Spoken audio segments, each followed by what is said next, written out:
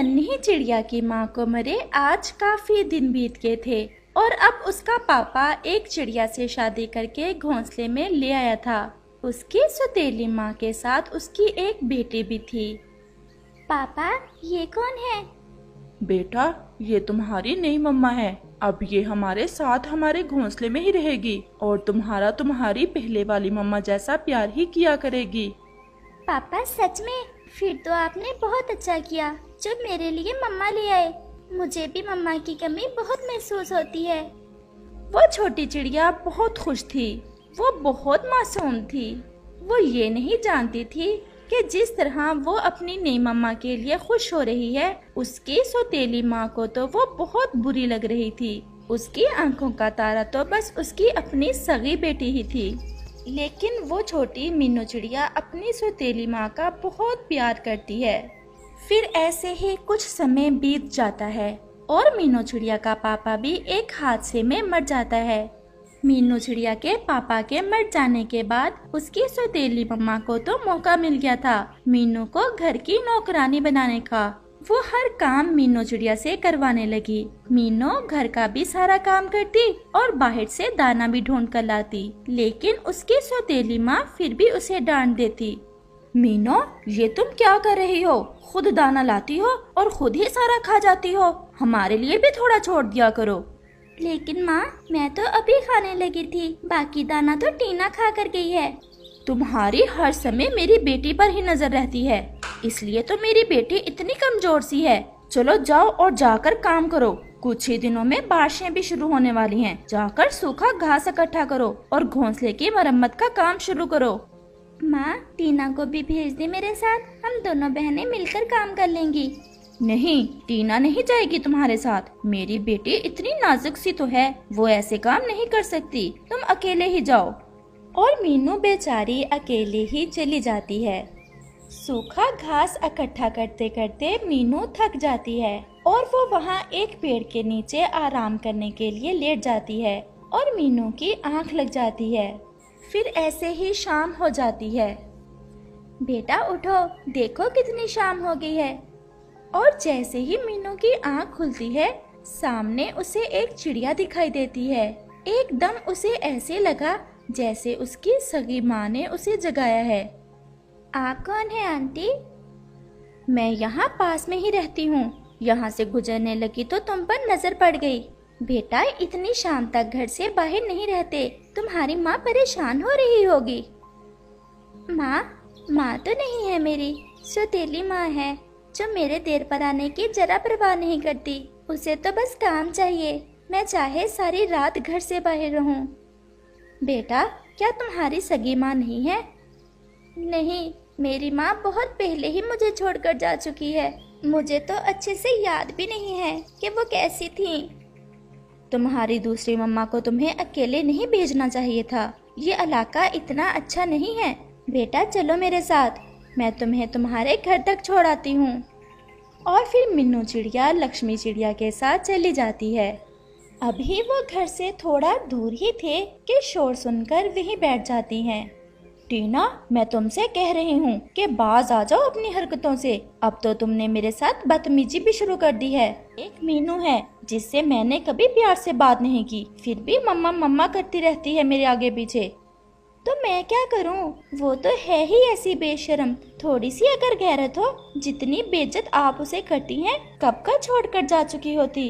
और आप मुझे मीनू समझने की गलती मत करना। मेरे साथ अगर ऊंची आवाज में बात की तो 1 सेकंड से पहले छोड़कर चली जाऊंगी मैं आपको। मेरी बेटी, मैं तुम्हारे साथ गुस्से से बात नहीं कर रही, मैं बस तुम्हें समझा रही हूँ। बेटा, अब तुम बड़ी हो गई हो और मैं चाहती हूँ तुम्हारी शादी कर दूं किसी सुंदर से चिड़े से। इसके लिए तुम्हें खुद को थोड़ा बदलना होगा। मैं नहीं बदलूंगी खुद को। और वैसे भी मीनू की शादी करे ना, वो तो बड़ी भी है मुझसे और अक्लमंद भी। उसकी शादी मैं कभी नहीं करूंगी। अगर वो चली गई तो मेरा ख्याल कौन रखेगा? मैं तो अपनी टीना की शादी करूंगी। उन दोनों माँ बेटी की बातें सुनकर लक्ष्मी चिड़िया बहुत हैरान हो जाती है, जबकि मीनू के लिए ये सब नई बातें नहीं थी। वो ऐसी बहुत सारी बातें कई बार सुन चुकी थी। लक्ष्मी चिड़िया मीनू को वहाँ छोड़कर वापस आ जाती है। लक्ष्मी चिड़िया वापस अपने घर आकर भोजन खाती है और लेट जाती है, लेकिन उसकी आंखों में नींद नहीं आ रही थी। वो तो बस मीनू चिड़िया के बारे में सोचे जा रही थी। मम्मा, आप सो क्यों नहीं रही? जुजू, मैं तुम्हारे साथ एक बात करना चाहती हूँ। हाँ मम्मा, कहो, क्या बात करना चाहती हो? मैं तुम्हारी शादी कर दूँ? लेकिन मम्मा, इतनी अचानक, और वो क्यों? और फिर लक्ष्मी चिड़िया जुजू को मीनू चिड़िया के बारे में सब बताती है। लेकिन मम्मा, अगर मीनू की माँ उसके साथ इतना बुरा सलूक करती है तो मीनू छोड़ दे उनको। बेटा, मुझे मीनू की यही बात तो अच्छी लगी है। उसकी माँ का रवैया उसके साथ इतना गलत है, फिर भी वो उसकी सेवा कर रही है। बेटा, सोचो वो कितनी अच्छी है और तुम कितने भाग्यशाली होगे जब वो तुम्हारी पत्नी बनेगी। मम्मा, मुझे तो कोई एतराज नहीं है, लेकिन उसकी माँ कभी नहीं मानेगी। आपने ही तो बताया है कि वो उसकी शादी नहीं करना चाहती। हाँ बेटा, लेकिन मैं कुछ करूँगी। अब मैं मीनू के साथ और ज्यादा जुल्म नहीं होने दूंगी। और ऐसे ही सुबह हो जाती है। मीनू पहले तो दाना ढूंढकर अपनी सौतेली माँ और बहन को देती है और फिर सूखा घास लेने चली जाती है। मीनू, आज फिर घास लेने आई हो? ये मैं तुम्हारे लिए मकई का भुट्टा लाई हूँ, इसको खा लो। आंटी, आप ऐसे ही ले आई हैं, मैं कुछ ना कुछ ढूंढकर खा लेती। बेटा, माँओं को इनकार नहीं करते। आंटी, क्या अपनी सगी माएँ ऐसे ही अपने बच्चों का ख्याल करती हैं? हाँ बेटा, लेकिन मेरे ख्याल में जो भी कोई माँ होती है उससे बच्चों का सौतेले और सगे में फर्क किए बिना प्यार करना चाहिए। और जिसका बच्चा तुम्हारे जैसा हो वो तो खुद को बहुत भाग्यशाली समझे। मीनू बेटा, मेरा एक बेटा है, उसका नाम जुजू है। वो भी तुम्हारी तरह सुंदर भी है और बुद्धिमान भी। मैं अब उसकी शादी करना चाहती हूँ। ये तो बहुत अच्छी बात है आंटी। और मैंने एक सुंदर सी चिड़िया भी ढूंढ ली है, वो तुम हो मेरी बेटी। लेकिन आंटी, आप जानती हैं मम्मा कभी नहीं मानेंगी। बेटा, अगर वो नहीं मानती तो ना सही, तुम बड़ी हो, अपने फैसले खुद कर सकती हो।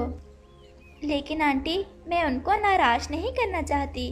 बेशक वो मुझे प्यार नहीं करती, लेकिन उनको इस बात का अंदाजा है कि उनकी सगी बेटी से ज्यादा मैं उनका ख्याल करती हूँ और मैं उनका ये मान कभी नहीं तोड़ूंगी। शाबाश मेरी बेटी, मुझे तुमसे इसी बात की आशा थी। मैं तुम्हारी माँ को मनाऊंगी। और फिर लक्ष्मी चिड़िया अपने घर और मीनू चिड़िया सूखा घास लेकर अपने घर चली जाती है। अगले रोज लक्ष्मी चिड़िया मीनू के घर आती है। बहन, मैं यहाँ पास में ही रहती हूँ। मेरा एक बेटा है, बहुत समझदार और सुंदर है।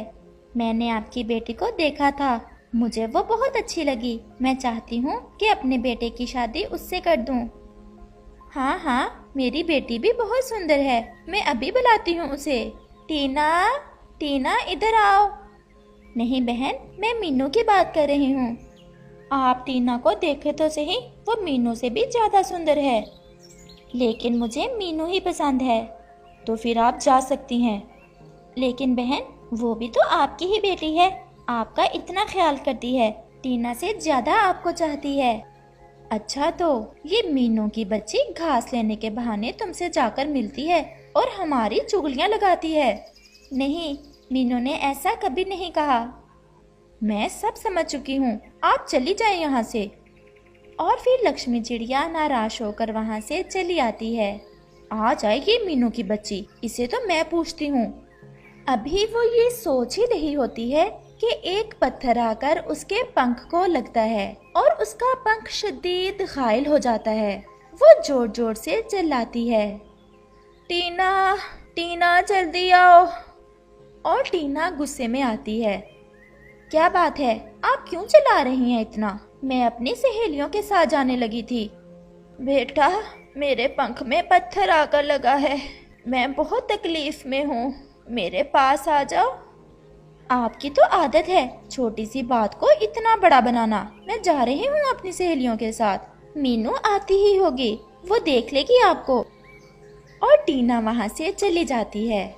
मामा चिड़िया बहुत तकलीफ में थी, लेकिन उसकी सगी बेटी उसकी जरा परवाह नहीं करती। और फिर मीनू भी आ जाती है।